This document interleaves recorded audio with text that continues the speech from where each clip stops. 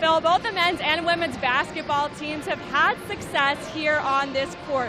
Last season, the women went 15-1 at the Betty. The men, on the other hand, they've won 4 straight home openers. So I got to talk to both head coaches earlier to find out what it is about being at home that leads to big wins. Well, a lot of it has to do with their fans being here. Play consistently regardless of who we're playing, who the opponent is, just respecting the game, respecting the opponent.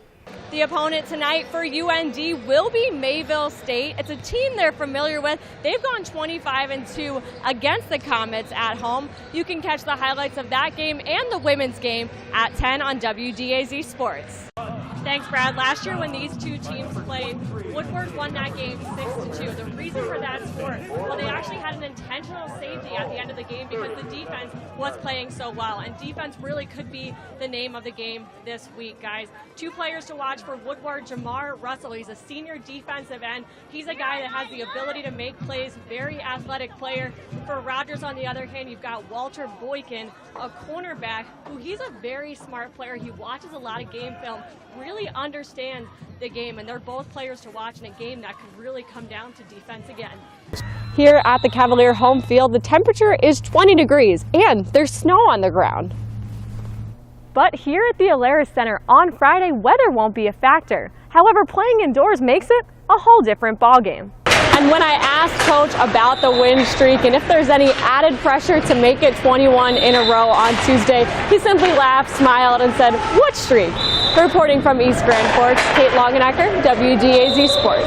Wakeboarders fly high on the Maumee. A tennis player and her family grow up right before our eyes on BCSN, and a new rivalry is born in football. My name is Kate Longenecker, and a new episode of The Light Side starts right now.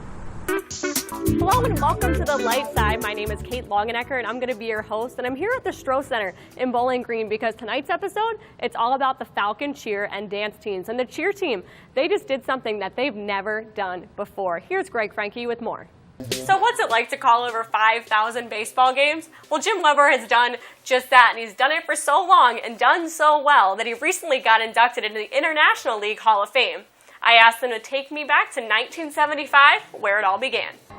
Thanks, Greg. Down here, guys, it is very brisk. It's about 46 degrees, but with the wind chill, it's actually about 38. I got to tell you, too, it's very windy down here, about 20 miles per hour. There was actually sleet earlier. We'll see how it affects the passing game of both of these offenses today. Thanks, Greg. For a couple of hours, those kids become the heroes and what everything is about in these two communities, and that's what's important. That's what Maumee coach Mark Gibson told me when I asked him about the significance of the Ding Dong Bell. Guys, I can tell you it is so important to both sides on the field tonight, and I'll tell you all about it throughout the broadcast. Thanks, Eric. Last week, obviously, Scott, a huge win over Start, and they were very excited. The running back, Kevin Banks, afterward quoted on the Blade, he said, "We've got the city championship now. It's a wrap." What did Bowser do? Well, in response, they posted that quote on their lockers. They used it in the scouting report to let the guys know, to drive them this week in practice to beat Scott. Obviously, it's a must-win for Bowser today if they want to defend their City League title, and the energy level really shows that right now, guys. Thanks, Greg. Just talked to the head coach of Buffalo, Coach Quinn. He told me that defensively, they really just want to tighten some things up. Offensively, very happy with the performance of the offensive line. Obviously, for returning seniors, you can see it by the way they were paving the way for Taylor. And he also said right now it's just completing the game. They really want to have a good fourth quarter and finish this thing out. Thank you. I did just talk to Central Catholic head coach Greg Dempsey. He said that he's very happy with how the defense has performed in the first half, but he said he doesn't want to give St. John's any spark. They get the ball first. He wants his defense to come out strong right now. And I asked him if he's going to pull any starters like he did last week against Findlay. He said no. It's getting close to playoff time. These guys need to get their work in now.